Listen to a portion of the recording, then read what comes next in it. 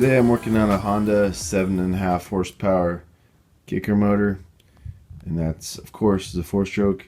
It's probably late 80s. It's kind of hard to find the years on these, but it's a CDI ignition, so it's the later model. I got the flywheel off, and there's no spark. So to trace the no spark, I've replaced this coil under here. That's what it looks like.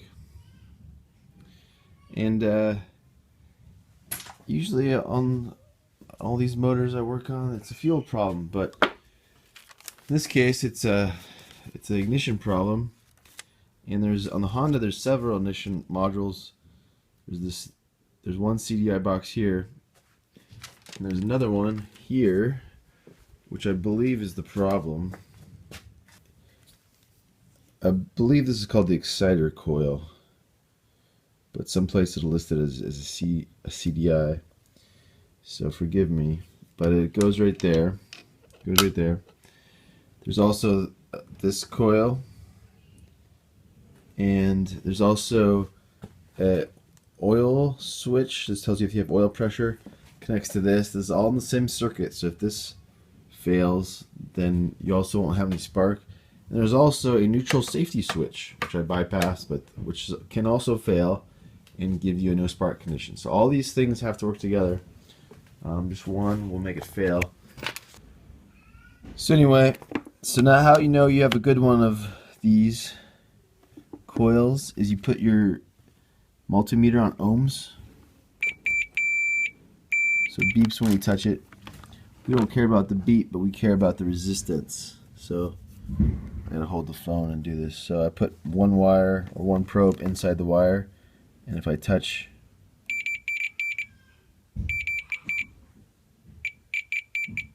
it's kind of intermittent because I'm holding it with my belly. But basically 0.27, so it's got a little resistance. The one that was bad had 0. It did not beep. You could tell it was bad right away. So this is a positive sign. Let's do it. Let's install it. Anyway, it's the moment of truth. I think I have the problem isolated to this part right here, which you can still get. Getting tougher to find parts for. You'd think the Hondas would be easy to find parts for, but not the case. There's a lot of stuff you have to go to eBay. So this is my father-in-law's motor. It's the same motor. It's a lot crustier, nastier.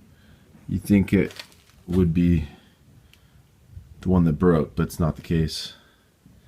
And he let me kind of trial and error things to see what went wrong, which was very helpful. And so yeah, let's put on the exciter coil and see what happens. Here's the flywheel. Flywheel's not too bad to get off. I just used a Harbor Freight flywheel puller right here. This bolt type wheel puller. This is also how I've lifted big outboards, like 150 4-strokes. So this thing's pretty cool. You get all that stuff with it. And I thought it was kind of a pain to pull off the flywheel, but it actually was really easy. And I'll show you how I did it. So I wouldn't be worried at all. Basically, this wheel puller just will sit right on there, and then these 10 millimeter metric bolts screw right in to the same holes that this cup goes on, and you twist this thing down, it pops the flywheel. It's actually not too bad.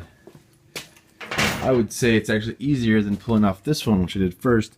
This one unbolts very easy, but the thing about this one, if you pull it off, you have to keep the sync perfect, or you can mess up your cam and mess up your cam alignment, and then your valves will crash into your pistons. So this one, the flywheel here, you don't mess with the belt, so it's pretty easy. Alright, installed. 2 bolts, very easy. You run the wire out. Okay, here's the flywheel, and it has a Woodruff key we gotta put in the crankshaft. Okay, so the flywheel's on, torqued it, put this little cup on, and here's the recoil starter. It's super easy, and it just sets on there with 3 screws. 1, 2 bolts, excuse me, 3. Let's tighten it down. So the way I've been checking for spark is this spark tester. It works really well. It's adjustable. Attach like that, where the spark plug would be, and then you just clip on, ground it somewhere, and I turn it so I can see in the window, and you see that little gap there? You can set the gap. These Hondas have a pretty weak spark, so I set it pretty close. I see. Who is it? Yeah, you can see. See? Go right there. Look right there. Don't touch it though. Okay. Okay, now we're going to turn off the lights and see if we have a spark. Perfect. Okay. Ready? Oh yeah, I saw a spark. See it? Pepper, tell us what you saw. A spark. You saw a spark. Yeah, I did too. Saw a spark right there on the spark tester, which means we fixed it. Happy times. Yay. And there's the video proof. The motor runs great now. Starts, just started 1 pull for choke and 1 pull for not choke. And totally cold, so that's great.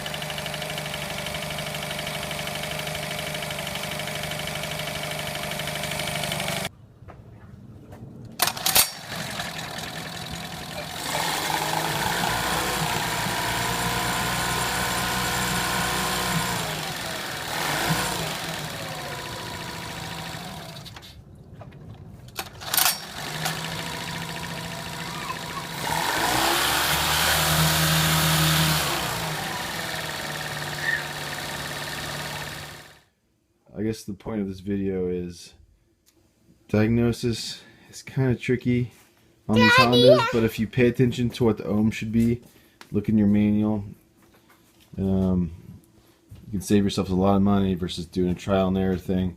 This is the last thing I checked. I checked every single component on this thing, and I didn't know what was under the flywheel.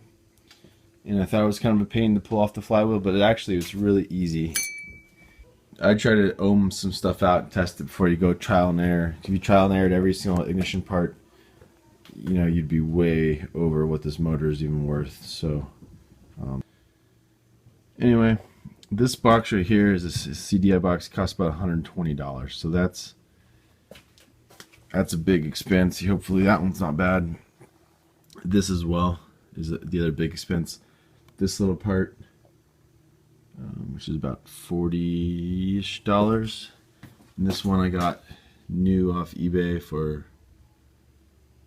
$70-ish. But there weren't too many of them. I saw some used ones for $80. Good luck, guys. I hope this video helps you with your motor. I know diagnosing electrical problems and really any problem with your motor can be really frustrating. But if you stay at it and take it one step at a time, it feels really good to fix that motor without taking it to the shop. So keep at it, keep poking around. It's always the last thing you check. So if this video helped you out at all, I'd appreciate a thumbs up and subscribe. I've shot a lot more videos than I've uploaded. I just haven't had time to, but they're on my computer, so I just need to get to editing. So take care.